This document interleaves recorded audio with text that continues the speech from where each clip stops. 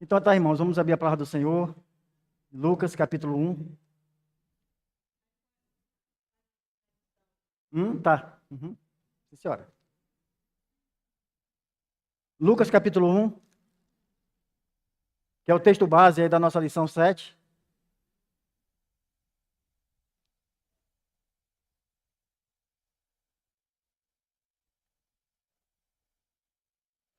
É maravilhoso, irmãos, o nosso Deus, como Ele trata com cada um de nós. A gente percebe, né, como o Senhor tem agido no nosso meio. A gente vê criancinhas, né, tão pequenas, um dia desse, agora na igreja, né, sendo usada. Nossa irmãzinha Bia, a Lourinha, quem nunca viu, não lembra da Lourinha, né, agora sendo usada pelo Senhor, que maravilha. Lição 7, irmãos, o texto base da nossa lição aí é Lucas 1, verso 46 a 55. É o Cântico de Maria. Vamos fazer a leitura dessa palavra do Senhor. Eu vou ler, os irmãos acompanhem em silêncio. Creio que todos já encontraram. Lucas 1.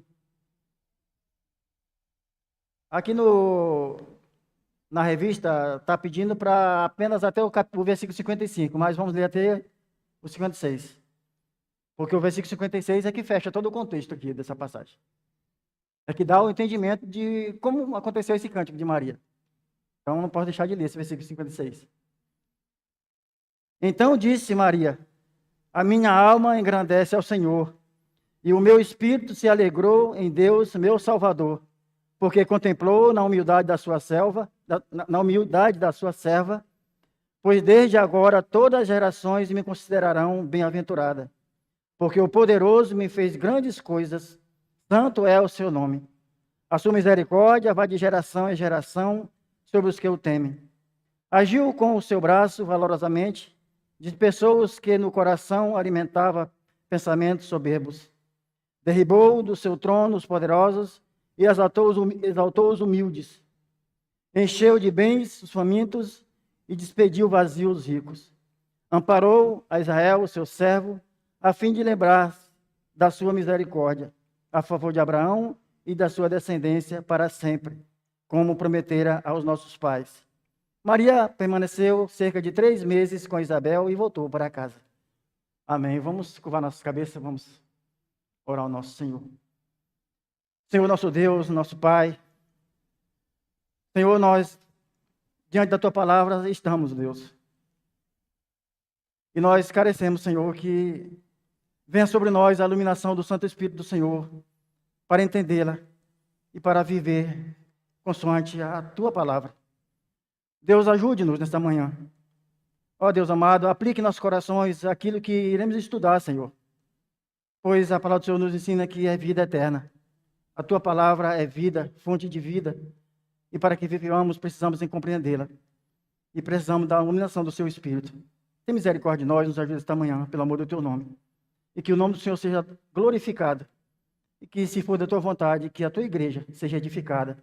Em nome de Cristo, nosso Salvador, que oramos. Amém. Irmãos, é maravilhoso, né, falar de Deus, porque a gente não fala aquilo que é próprio de nós mesmos.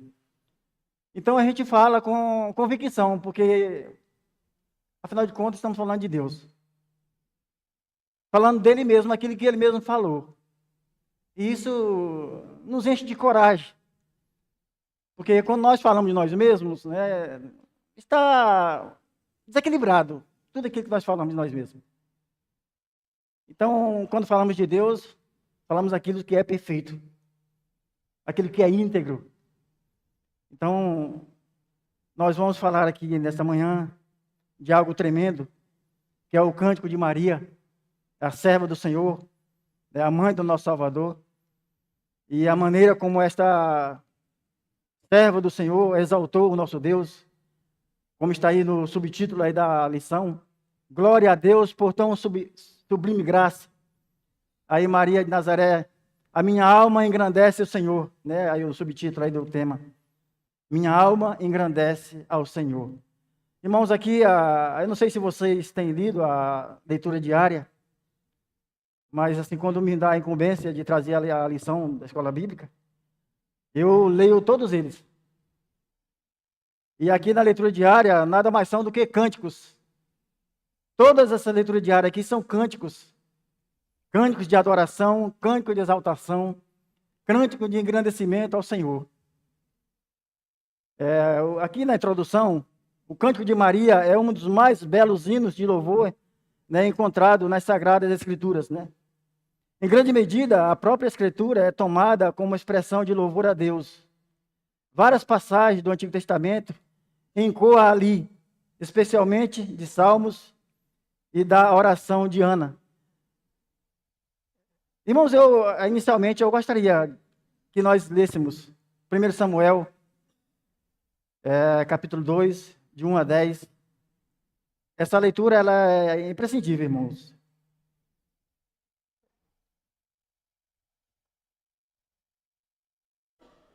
Primeira Samuel,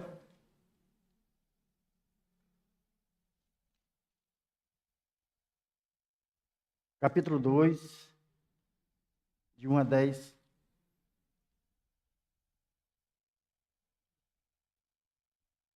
Lá está registrado o Cântico de Ana, né?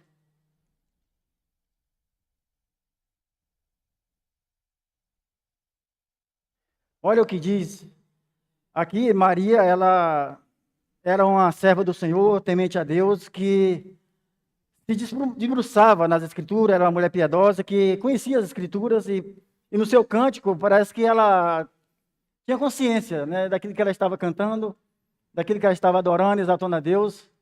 E certamente ela lembrava de Ana no seu cântico, porque são idênticos aqui as palavras de Ana. Então orou Ana e disse: o meu coração se regozija no Senhor, e a minha força está exaltada no Senhor. A minha boca se ri dos meus inimigos, porquanto me alegrou na tua salvação.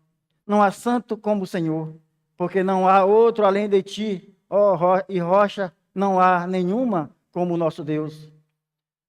Não multipliques palavras de orgulho, nem saiam coisas arrogantes da vossa boca, porque o Senhor é o Deus da sabedoria e pesa todos os feitos na balança. O arco dos fortes é quebrado, porém os débeis cingidos de força.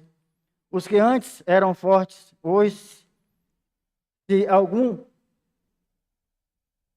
os que antes eram fartos, hoje alugam por pão, mas os que andavam famintos não sofrem mais fome.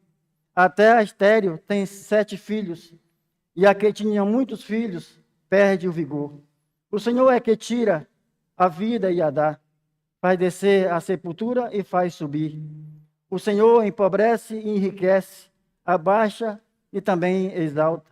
Levanta o pobre do pó e desde o monturo exalta o necessitado, para o fazer assentar entre os príncipes, para o fazer herdar o trono de glória, porque do Senhor são as colunas da terra, e assentou sobre elas o mundo. Ele guarda os pés dos seus santos, porém os perversos emudecem nas trevas da morte. Porque o homem não prevalece pela força. Os que contendem com o Senhor são quebrantados. Dos céus troveja com eles, contra eles. O Senhor julga as extremidades da terra, dá força ao seu rei e exalta o poder do seu ungido. Então Eucana foi-se a Ramá e a sua casa, porém o menino ficou servindo ao Senhor perante o sacerdote Eli. Veja que Ana aqui exalta o Senhor sobremaneira. Maria tinha isso em mente. E não restou dúvida, né, diante da bênção a ela dada, de ser a mãe do Salvador. Então ela exaltou o Senhor com este cântico, né? E consideremos aqui, continuando na introdução, consideremos as palavras de João Calvino, né, para nos orientar na compreensão deste tema. Olha o que Calvino disse: a qualidade particular que Maria possuía era a fé, pela qual recebeu as promessas que lhe foram feitas. Ela não duvidou que Deus era completamente confiável, que tudo o que veio dele era seguro e verdadeiro, e que ninguém que deposita sua confiança e descansa nele será desamparado. Olha só, né? Mas essa é a verdade, né?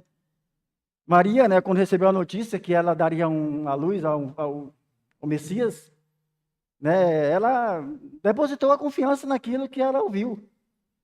Né? Então, ela fez isso como? Como foi que Maria fez isso? Através da fé. A fé. E nós temos ouvido muitas coisas, né, muitos ensinos aqui a respeito da fé. Né? E Efésios, é claro, né, que é um dom de Deus, não é de nós mesmos. E nós cremos não por nós mesmos. Nós não temos essa prerrogativa. Nós cremos por aquilo que o Senhor nos dá, por sua graça e misericórdia, que é a fé. O escritor da revista, ele dividiu esse cântico em 4 partes, essa lição em 4 partes, seguindo pelo Cântico de Maria, também dividido em 4 estrofes. Né? O primeiro ponto aqui da revista, e aí a gente vai ler tudo isso, né, porque é bom entender a revista aqui na íntegra. O Cântico de Maria apresenta-se como uma expressão de louvor a Deus pela graça do Espírito derramada sobre ela. Há 3 ênfases que podem ser observadas neste cântico. Primeiro, Maria faz um reconhecimento da misericórdia de Deus que experimenta pessoalmente. Segundo, glorifica a Deus pelo seu poder e pelos seus juízes em termos gerais. Terceiro, mostra como o poder de Deus e os seus juízes se aplicam ao presente momento ao falar sobre a redenção prometida à igreja e agora revelada. Então, o primeiro ponto, ele separa essas 3 ênfases, né, para a meditação nossa desta manhã. E para melhor analisarmos o cântico, consideremos, por razão didática, a instrução em 4 estrofes. Como já falei, né, a lição aqui ela é dividida em 4 estrofes. A primeira estrofe ela vai abranger aqui o versículo 46 ao 48. A segunda, do 48 ao 50, 49 ao 50. A terceira, do 51 a 53. E a 4ª estrofe, 54 e 55. O segundo ponto, irmãos, que vai explicar sobre essa primeira estrofe do Cântico de Maria, do verso 46 ao 48, diz o seguinte: Maria, né, enaltece a Deus pelo que ele fez por ela, uma moça de nascimento humilde. Irmãos, só isso aqui já daria para nós fazer aqui a escola bíblica. Imagine você, né? Imagine Maria. Será que Maria tinha motivo para enaltecer a Deus? Não que Maria vai engrandecer a Deus em alguma coisa. Deus não precisa ser engrandecido em nada.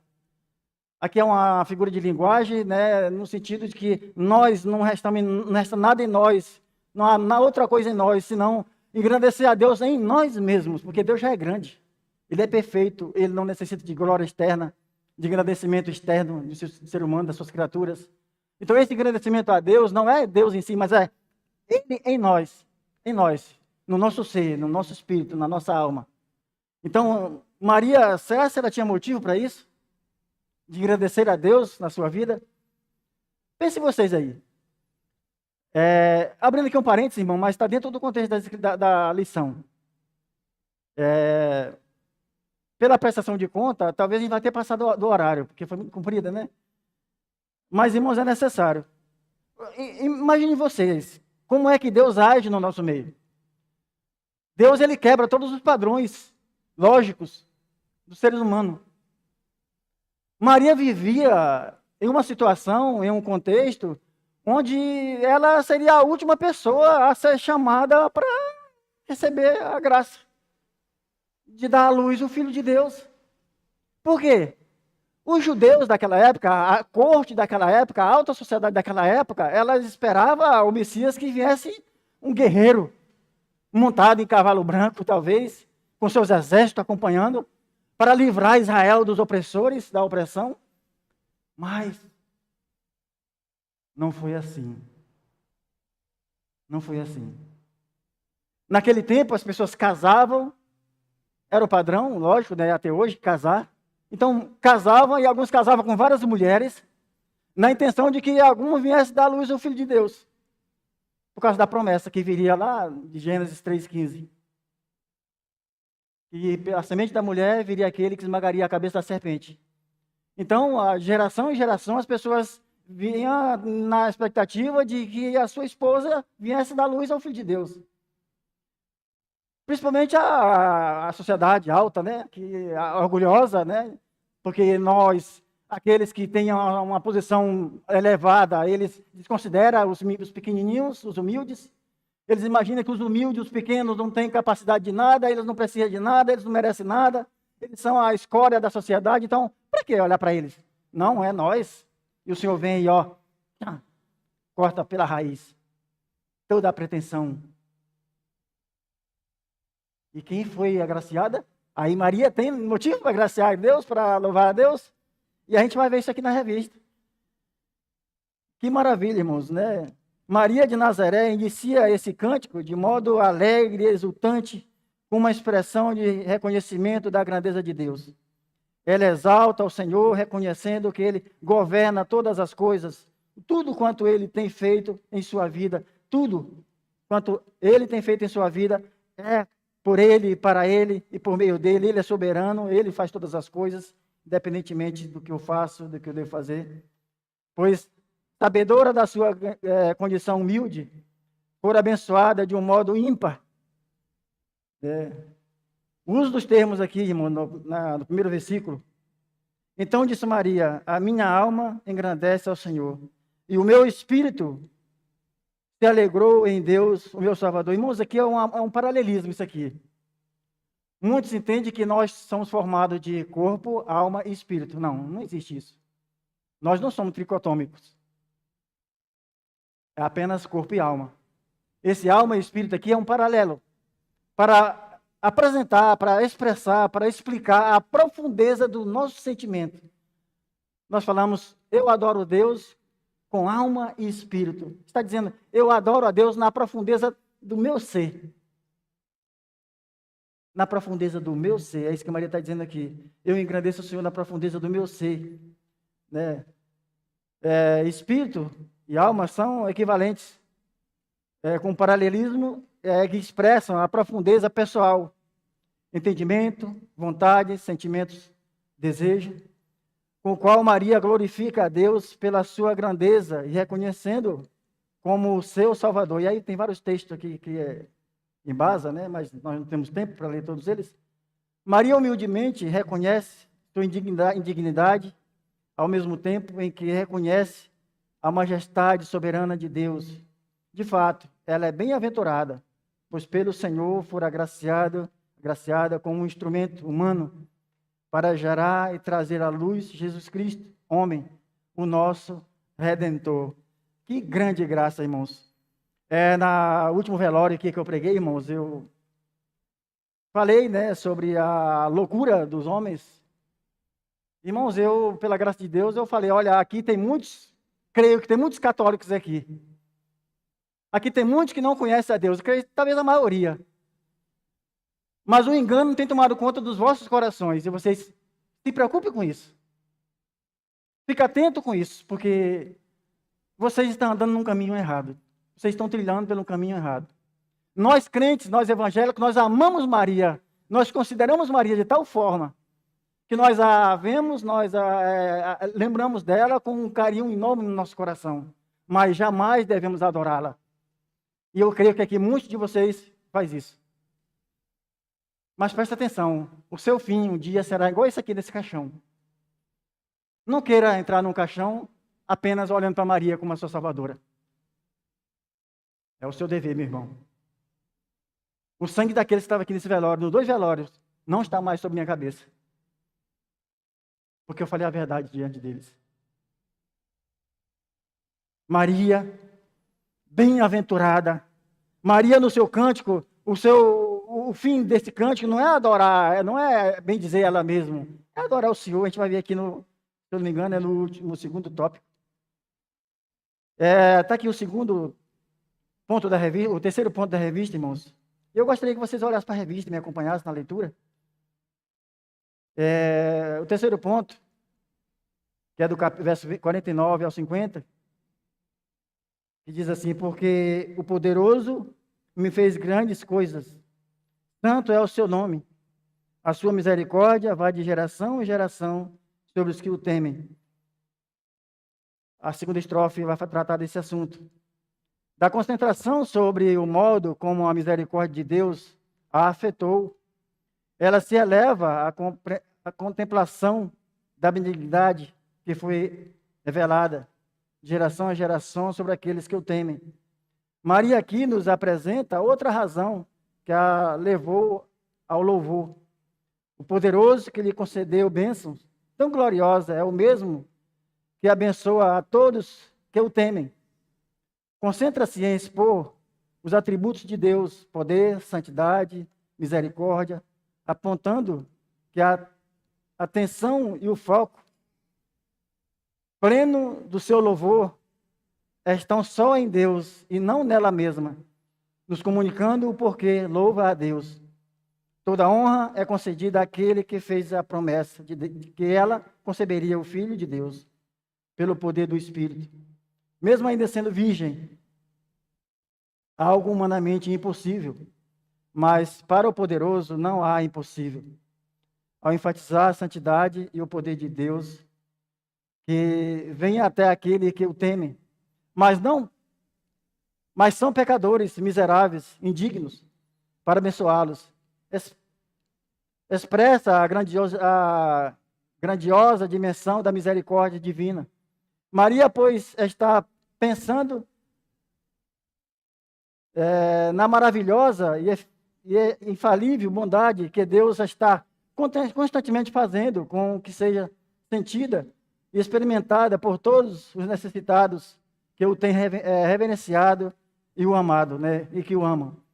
A fidelidade pactual do Senhor é posta em evidência como prova concreta da divina graça, porquanto essa graça é imutável, como se vê no cuidado soberano a favor de Deus pelos séculos dos passados, que se estenderá para todos sempre, a todos aqueles que o temem. Maria de Nazaré é uma mulher piedosa e temente a Deus, que reconhece a soberania e as grandiosas obras do Senhor. Por isso, glorifica a Deus do mais profundo de sua alma e espírito, como disse. Então, Maria aqui, né, nesse terceiro ponto, ela exalta a Deus pela sua bondade, como ele, de geração em geração, vem tratando aqueles que o temem, aqueles que o amam, aqueles que obedecem a sua palavra, aqueles que o tomam como o seu Senhor, como o seu Salvador, aquele que rege todas as coisas. Então, ela é de alma e espírito, ou seja, da profundeza do seu ser, ela exalta esse Deus soberano e todo-poderoso. E continuando, aí no quarto ponto, a terceira estrofe do cântico, verso 51 a 53, de 51 a 53, agiu com o seu braço valorosamente, dispersou os que no coração alimentavam pensamentos soberbos, derribou do seu trono os poderosos e exaltou os humildes, encheu de bens os famintos e despediu vazio os ricos. Lembra daquilo que eu falei antes? Ele destronou o padrão do Senhor. Irmão Eric? Foi não, meu irmão? O terceiro ponto, segunda estrofe.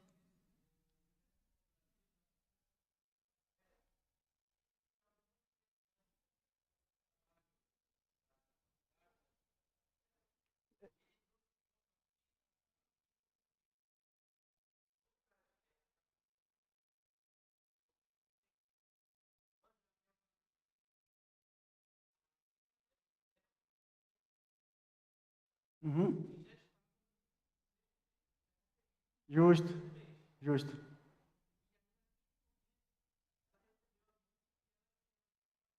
Uhum.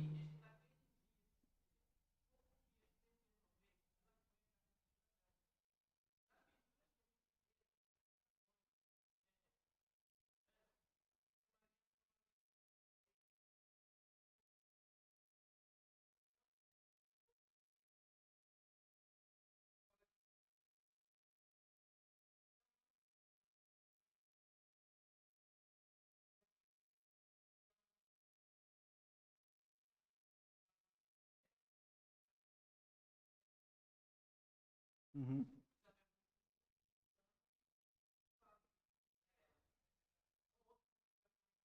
Uhum.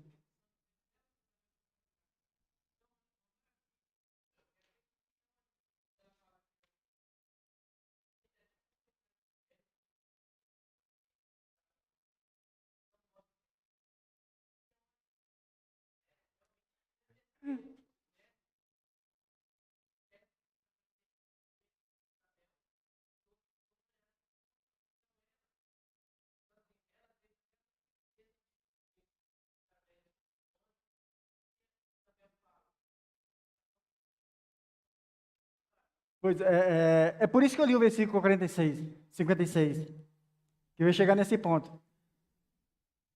Se você não leu o versículo 56, você vai ficar perguntando aqui, como assim esse cântico? Como Maria teve o entendimento para cantar esse cântico?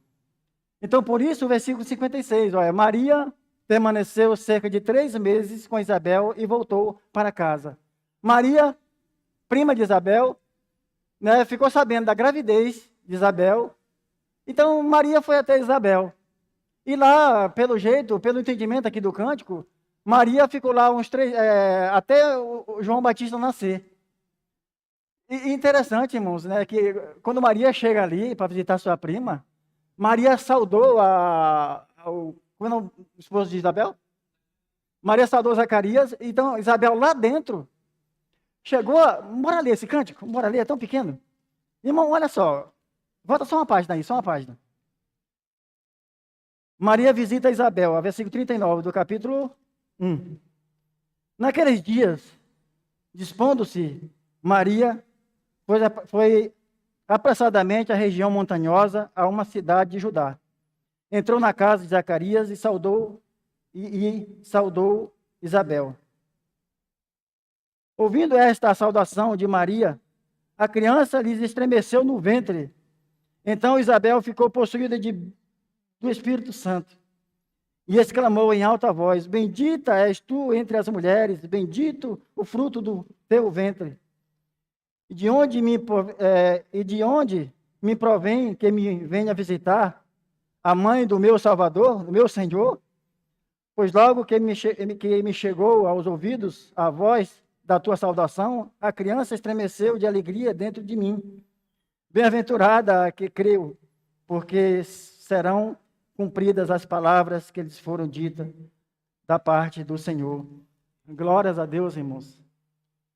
Irmãos, olha, nós como cristãos, nós precisamos temer a Deus. Nós precisamos temer a Deus e glorificar esse Deus. Porque, irmãos, nós não estamos só aqui neste mundo, não. Irmãos, Deus está com seus olhos sobre nós a todo tempo.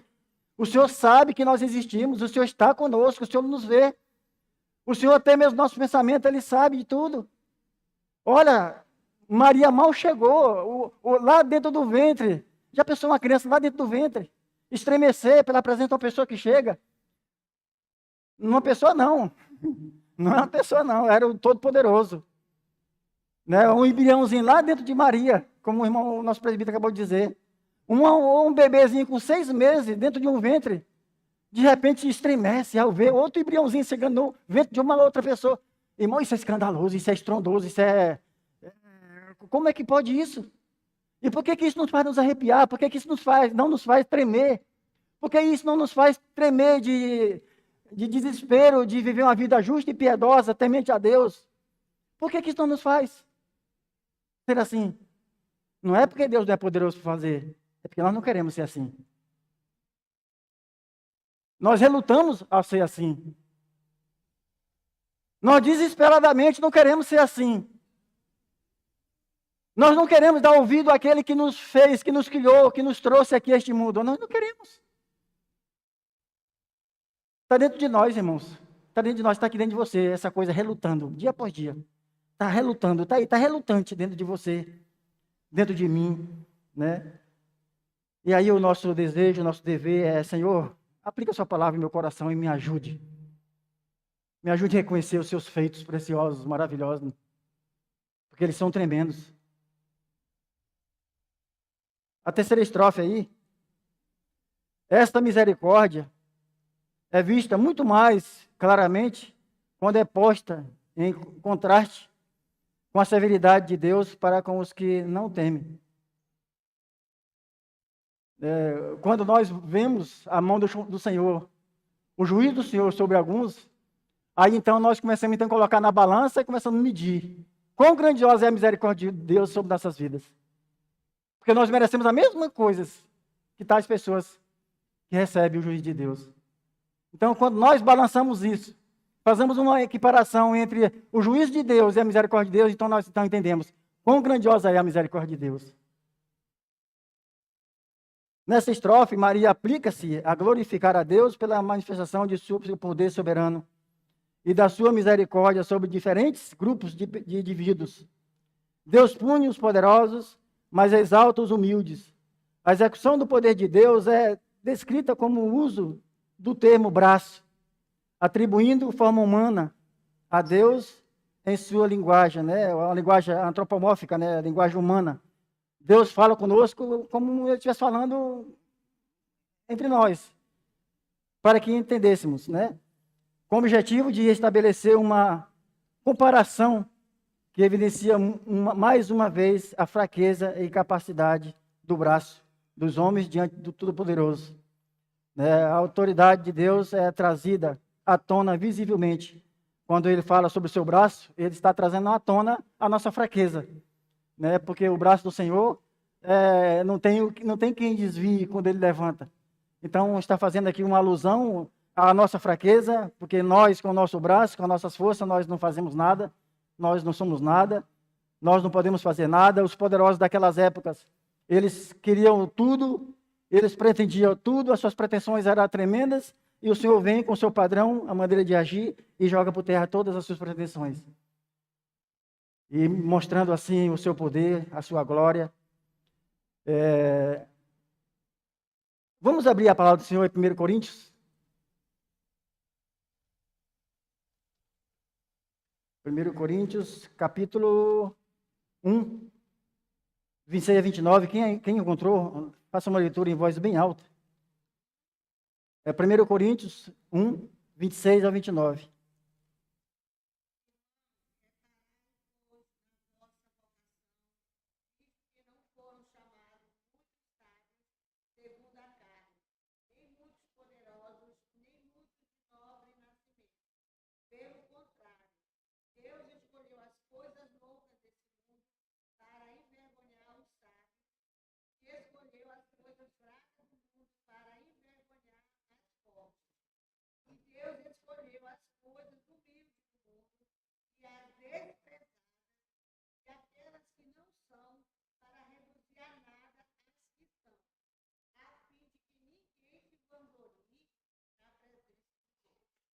Vocês perceberam que Deus aí estabeleceu uma linha entre dois grupos? Olha o que a revista diz. Uma linha divisória é estabelecida separando os tementes a Deus daqueles que, em sua arrogância, pensam ser autossuficientes por causa das suas posses, do seu aparente poder, somando ao respectivo tratamento que recebem de Deus. Veja que Deus separa, né? Deus deixou os arrogantes de lado, Deus deixou os poderosos de lado e chamou os humildes. Deus chama as coisas fracas deste mundo para envergonhar as fortes. Deus chama as coisas loucas deste mundo para envergonhar aqueles que se dizem sabidos. Deus chama as coisas humildes deste mundo para envergonhar aqueles que se acham, né? É interessante, né? O que Maria está dizendo aqui, irmãos, é que no curso da história, Deus, com seu poder, tem castigado vezes e mais vezes as pessoas arrogantes. Ele os tem dispersado, os tem destronado, os tem privado das suas riquezas e os tem enviado vazios. É isso que tem acontecido. Deus tem feito isso, Deus tem exaltado os humildes. E não se engane com relação a esses humildes, esses fracos, esses pequenos. Deus não está falando aqui de um pobrezinho que está lá na sarjeta, de um pobrezinho que não tem dinheiro para pagar o seu talento de energia. Deus está falando aqui de um pobrezinho humilde que não tem condição de se manter durante um mês no supermercado, com as suas contas em dias. Não é desse humilde que Deus está falando. Quando o Senhor fala dos humildes, dos fracos, Ele está falando daqueles que espiritualmente se vê incapacitado de se achegar diante de Deus e de olhar para Deus com posição de requerer dele qualquer coisa. Qualquer coisa. É esse humilde que eu estou falando. Maria, ela se achava a menos provável possível.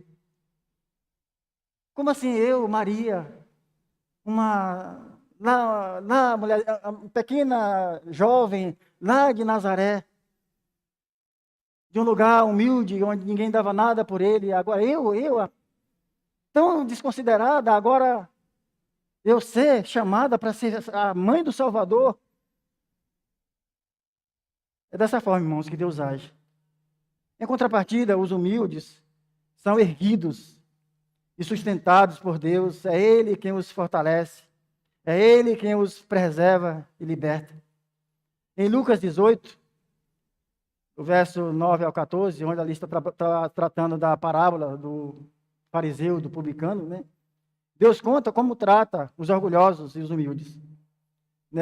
O que foi que aconteceu ali? Nós conhecemos a história. O publicano chegou lá, né, no templo, sentou lá no seu cantinho e ficou pensando: que palavra eu me apresento diante do Senhor?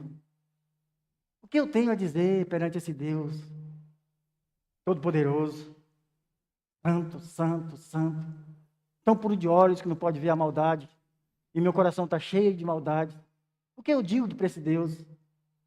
Aí de repente vem o publicano e diz: Senhor, não sou como esses homens, eu tenho lido, eu tenho cumprido os mandamentos, eu tenho feito isso, eu tenho feito aquilo outro, eu não sou como os tais. Qual dos dois foi justificado naquele momento? Aquele que se achava miserável. A palavra está aqui dizendo que o Senhor é quem exalta, né? Deus conta como trata os orgulhosos ali naquela passagem e os humildes. Quem é aceito e quem é rejeitado por ele.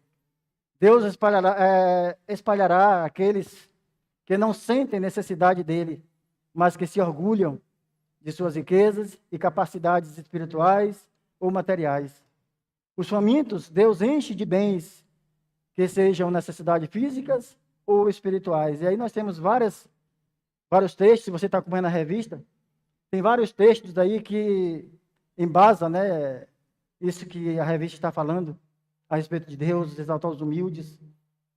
Maria reconhece que tudo quanto ocorreu é fruto do governo da providência e dos retos juízos de Deus, e não uma obra do acaso, como muitos pensam. No entanto, o governo divino não é exercido como uma imposição tirânica de um governo que brinca de jogar os homens de um lado para o outro. Pelo contrário, o Deus soberano, todo-poderoso, governa de um modo justo e perfeito esse reino que está firmado na sua santa justiça, mesmo que por vezes não seja perceptível. Os poderes mais elevados são sujeitos a Deus e são por ele governados, porquanto o mundo não é governado pelo acaso, mas tão somente pela providência divina. Calvino é enfático ao ensinar como devemos nos portar diante do ensino da providência de Deus. E olha o que Calvino diz aqui. Nós humildes que temos recebido essa graça, que temos recebido a misericórdia de Deus, ele vai nos ensinar aqui como nós devemos nos portar. E isso deve ser com humildade, sem arrogância no coração. É o que ele vai dizer com suas palavras aqui. O Senhor, ao exaltar, abre aspas, o Senhor, ao exaltar os humildes, zomba do orgulho do mundo, ao mesmo tempo em que estimula os seus a andar em simplicidade e modéstia. Temos de ter cuidado para não nos vangloriarmos das nossas prosperidades, nem entrarmos num contentamento insensato e vaidoso da carne, para que Deus não nos destrua subitamente. Também os fiéis que sentem a sua miséria como se estivessem famintos, têm aqui uma doutrina de grande consolo, quando se diz que Deus enche de dádivas aqueles que o temem. Veja que há uma doutrina de grande consolo para nossas vidas, que é Deus enche de graça e misericórdias aqueles que o temem, aqueles que o buscam, aqueles que o amam. Deus o transborda. Então há uma esperança, né, irmãos? E é uma esperança gloriosa que o próprio Deus nos promete. Aqueles que vivem retamente em humildade, eles estão assistidos pelo trono da graça, pelo trono das misericórdias. O nosso quarto ponto e último,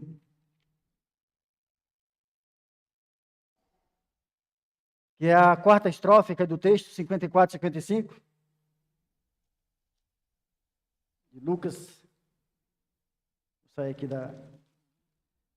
Diz assim: amparou Israel e seu servo, amparou a Israel, seu servo, a fim de lembrar-se das suas misericórdias, da sua misericórdia a favor de Abraão e de sua descendência para sempre, como prometera aos nossos pais. Além da revista, irmão, isso aqui tem muita coisa a ser dito. Mas para não fugir, vamos aqui para a revista. A manifestação da misericórdia de Deus é o cumprimento da promessa pactual de Deus feita aos pais.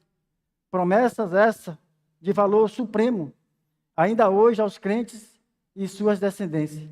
Maria de Nazaré segue agora a última estrofe desse cântico de louvor a Deus, expressando o que significa esses feitos em relação a Israel e as promessas feitas aos pais. A misericórdia de Deus, revelada por meio da sua aliança, e a fidelidade amorosa do Senhor diante das promessas feitas aos povos, são os aspectos centrais nessa estrofe. O modo como o texto foi escrito aponta para tudo quanto Deus fará por meio de Cristo ao seu povo, a igreja, que também desfrutará de uma proteção divina, da justificação e do relacionamento pactual com o Senhor. O povo de Israel é descrito como servo, ou seja, como escravo, objeto do amor pactual, indicado que é um povo escolhido por Deus para pertencer exclusivamente a Ele.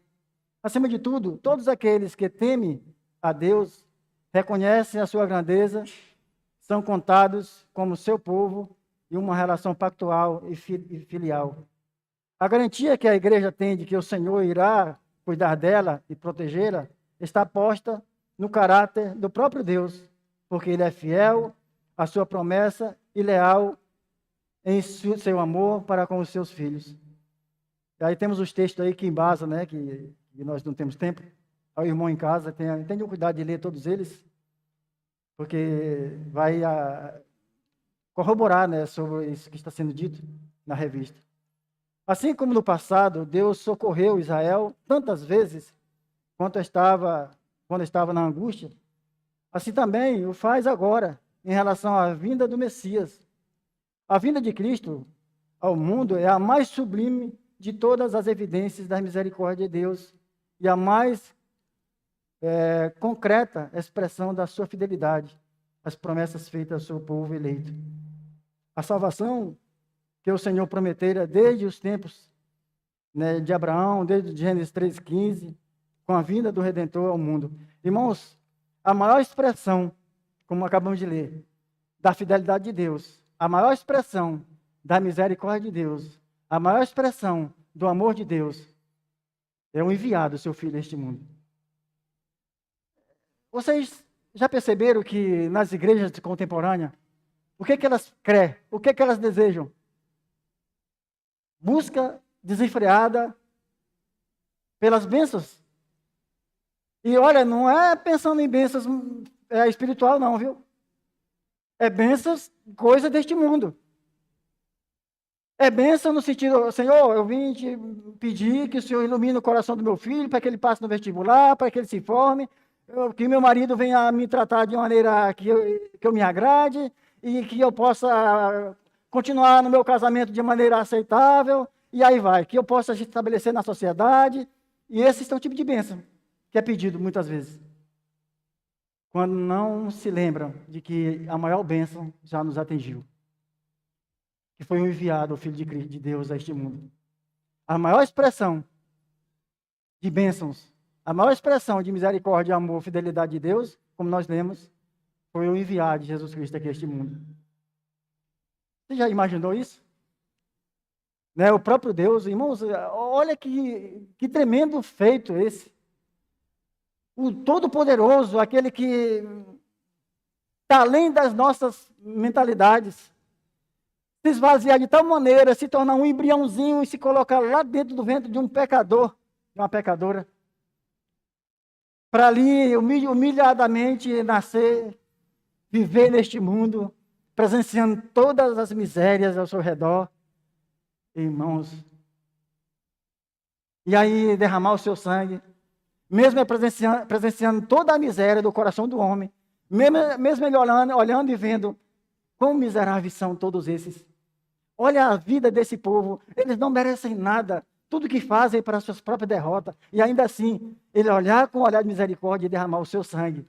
Irmãos, isso é estrondoso, isso era para nos fazer piedosos de tal maneira. De tal maneira.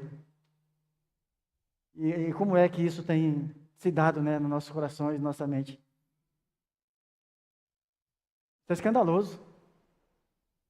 O homem aí fora, isso não importa, né? Nem sabe disso. Agora nós crentes, irmãos, nós somos chamados a viver uma vida de choro espiritual todo dia. Todo dia chorar dentro do seu espírito, chorar lá na profundeza e lamentar e gritar os quatro ventos: Senhor, tem misericórdia de mim. Molda-me a sua imagem, porque eu não estou vivendo como o Senhor quer que eu viva. Porque tudo que eu tenho feito, tudo que eu tenho pensado, não tem agradado o Senhor. E uma vez que o Senhor nos chama a ser totalmente diferente. Ainda aqui para a conclusão, irmãos, eu queria voltar só um pouco lá a Abraão, quando ela diz aqui no versículo 55, a favor de Abraão e de sua descendência. Irmão, Maria, no seu cântico aqui, ela não está dizendo aqui, ó, em favor de Abraão, o Senhor manifestou-se em favor de Abraão e sua descendência. Ela não está aqui cantando, dizendo, o Senhor se manifestou a favor de Abraão e suas descendências. Não, ela está aqui traçando uma linha. O Senhor se manifestou a Abraão e a sua descendência.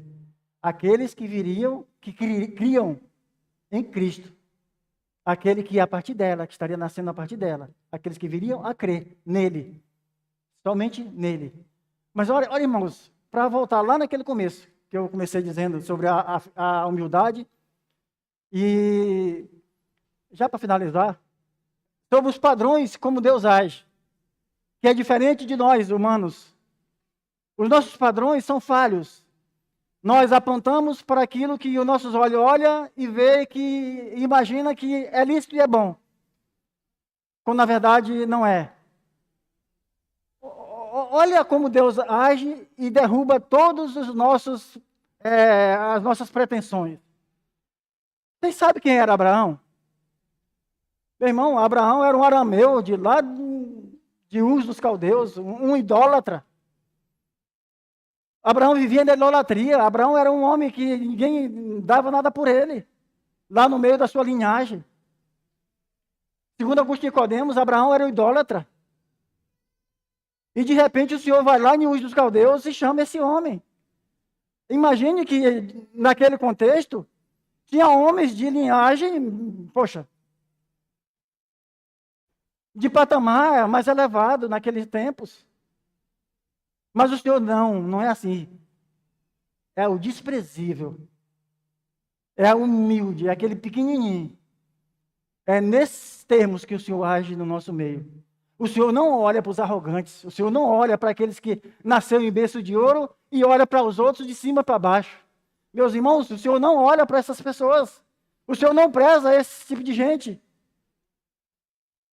O Senhor não olha para o estereótipo. O Senhor olha internamente. Vocês se lembram do que aconteceu com Samuel? Quando o Senhor mandou que ele fosse ungir um rei, e disse para ele lá na casa de Jessé, o que foi que Samuel fez? Quando entrou o bonitão, o Samuel, opa, vai ser esse aí, Deus. Entrou outro, Samuel, opa, esse aí. Quando passou os 6 filhos, ele perguntou, onde é que está? Você não tem mais outro filho, não? Coçou na cabeça e imaginaram assim, poxa, Davi, é improvável. É melhor dizer que não tem. Mas aí, né, temeram e disse, tem. Chama lá o pastorzinho ruivo, Davizinho. É esse aí que é o rei. É os padrões do Senhor, meus irmãos. O Senhor joga por terra todos os nossos padrões humanos, corruptos, miseráveis. O Senhor chamou a Maria, a mulherzinha lá dos cafundó, de lá das favelinhas deste mundo, para trazer o seu Messias, o prometido. Olha que nós, miseráveis, humildes, servos do Senhor, onde é que estávamos um dia? Lá na sarjeta, lá no poço de perdição. O Senhor veio com sua mão e nos tirou de lá, com um braço forte e poderoso. Para concluir, irmãos, para terminarmos, Giovanni Medi é uma monumental obra, A Virgem Maria, uma análise da doutrina mariana católica, né, nos apresenta um posicionamento adequado de que devemos considerar a declaração do Evangelho sobre o nascimento virginal de Jesus. Não tem como, né, propósito e glorificação de Maria.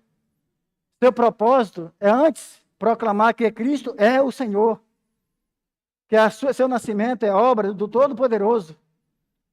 O que nos chama a atenção aqui é que que a sua vinda quebra a cadeia das gerações humanas e dos eventos que são exclusivamente racionais e históricos. Essa declaração sobre o nascimento virginal de Jesus é para proclamar que nele é manifesto o princípio absoluto, como no dia da criação. Veja que o ato de o Espírito Santo adentrar lá no ventre de Maria e dali nascer um homem, foi o mesmo poder aplicado na época da criação dos céus e da terra. Foi o mesmo poder que o Senhor aplicou para que seu filho viesse ao mundo. O mesmo poder que Deus aplicou para a criação viesse a existir, foi o mesmo poder aplicado para que o filho dele viesse a esse mundo,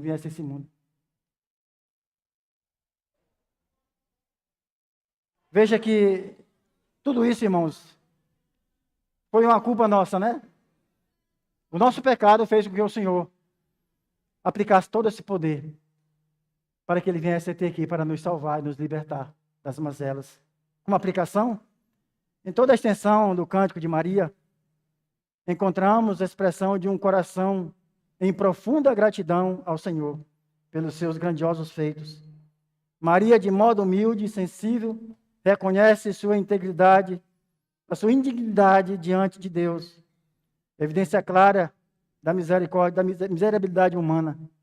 Contudo, diante de tão sublime graça, sua primeira reação é glorificar ao Deus de misericórdia e de bondade, com a plenitude das suas forças, entendimento, vontade, sentimentos e emoções. Quando contemplamos a grandeza de Deus revelada nos benefícios que Ele concede a pecadores miseráveis, indignos como nós, qual é a nossa resposta? Diante de tudo isso que nós lemos, que nós ouvimos, qual é a nossa reação diante do poder de Deus? Espero, irmãos, que tem que ser uma reação de humildade, assim como aconteceu com Maria. Uma reação de temor, uma reação de tremor, e uma reação de satisfação sobremaneira elevada. Que o Senhor nos abençoe, que o Senhor nos guarde de todo mal, nos livre de nós mesmos, nos livre das nossas próprias pretensões. Eu queria convidar para uma oração final o nosso irmão Fernando, em voz alta, se levante, fique de pé e ore ao nosso Deus.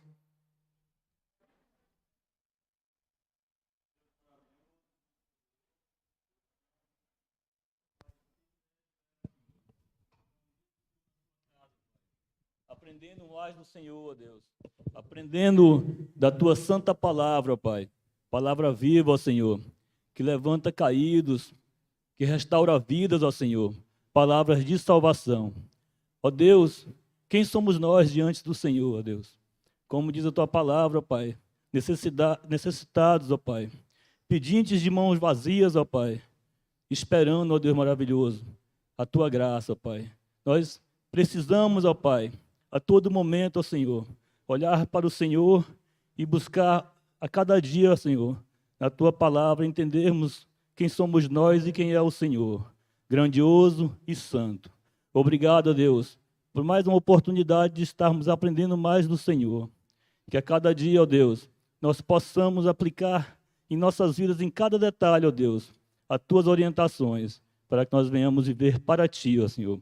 Pois todas as coisas, ó Deus, são para o Senhor, pois o Senhor é o Senhor do universo e de toda a criação.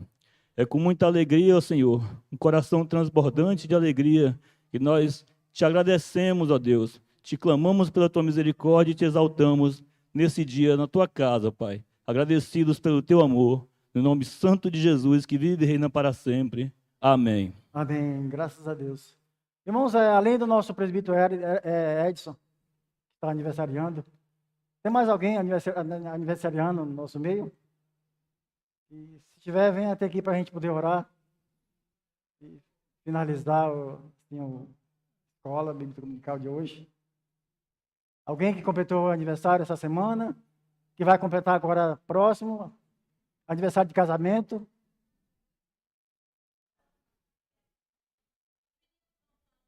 Ah, sim.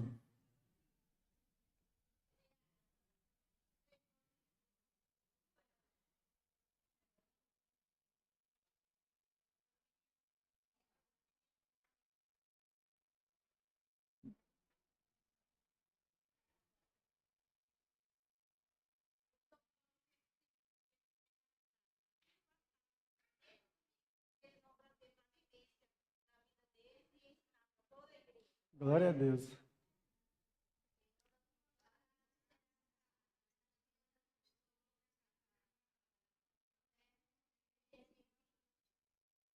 Amém, glória a Deus. Isso é gratificante, né, irmãos? Crianças aprendendo, né, dia após dia, e perdendo, assim, a timidez, né, no meio da igreja, falando. Daqui pouco tempo, irmão, vai ser eles que vão estar aqui na frente, vai ser eles presbíteros, diáconos. Isso é tão ligeiro, tão rápido, né? Tão rápido. Logo, logo acontecerá, né, que o Senhor é o Deus que mantém a sua igreja, né, sustenta a sua igreja de geração em geração. Já que não tem aniversariantes, então vamos fazer uma oração final. Logo depois, todos. Ah, só queria. Quem? O Edson. Já foi orado para ele aqui. Feita a oração. Irmãos, eu queria dar um aviso. Agora, domingo próximo, dia 5, a UPH da sede, eles estão programando lá juntar as panelas, as UPHs. Então, todos os homens aqui, né, está convidado, né, para domingo, depois da escola bíblica, cada um levar um pratinho lá para a sede, para a central, UPH daqui, ir lá confraternizar. É só os homens. Se fosse todo mundo, é só os homens mesmo. Ir lá, irmão, para confraternizar junto com os irmãos da sede, a UPH. E no dia 11 vai haver uma reunião da federação em Marabá, na Igreja Filadélfia. É bom que fosse pelo menos 3 ou 4 da UPH daqui, da Filadélfia, para participar dessa reunião, porque vai ser a reunião de estratégia para estabelecer as metas, né, de trabalho para este ano. É muito bom que compareçamos. Vamos ficar de pé, vamos orar e...